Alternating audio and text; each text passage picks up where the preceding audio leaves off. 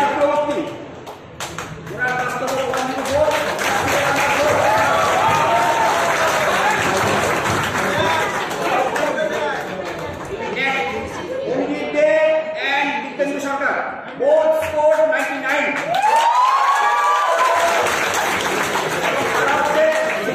দেখুন, প্রথমত আজকেই মাত্র আমাদের আপনারা দেখলেন যে মাত্র নির্বাচনের ফলাফল ঘোষণা করা হয়েছে। আমরা প্রথমে বসবো আপনার আগামী সোম মঙ্গলবার দিন।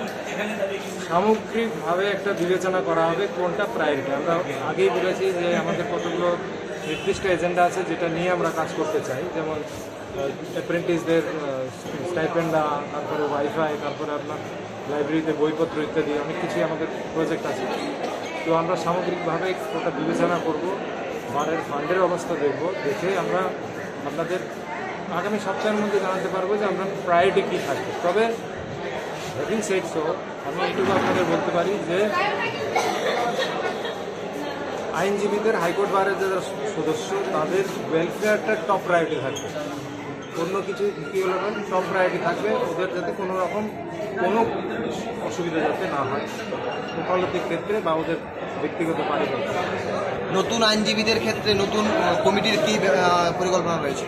আমাদের বলা হয়নি আগে, আমরা এটা অলরেডি আমরা মাননীয় মুখ্যমন্ত্রীর কাছে আমরা একটা সনদ পেশ করেছি, সেখানে আমরা বলেছি যে 0 to 5 years যারা নতুন করে ঢুকছে করবে ওদের জন্য একটা ওয়েলফেয়ার স্কিম আমরা প্রজেক্ট জমা দিয়েছি।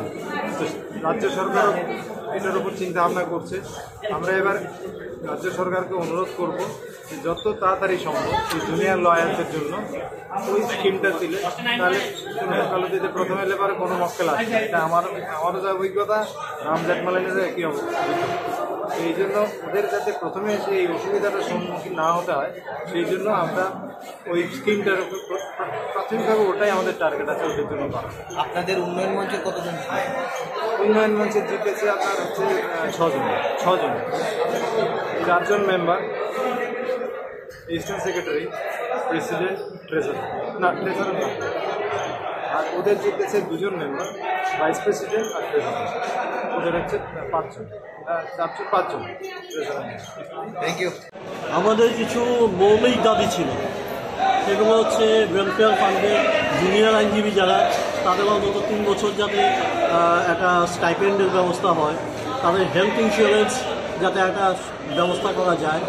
এছাড়া আরও কিছু থেকে ব্যাপার আছে, সেগুলো আমাদের ইন্টারনাল ব্যাপার, সেগুলোকে এগিয়ে নিয়ে যাওয়া, বার বেঞ্চের সাথে যে সম্পর্কটা আছে সেটাকে যতটা সম্ভব ভালো রাখা এবং সবাই মিলে একসাথে কাজ করা। একসাথে কাজ করতে পারলেই বার এগিয়ে যাবে, এটাই আমার বিশ্বাস।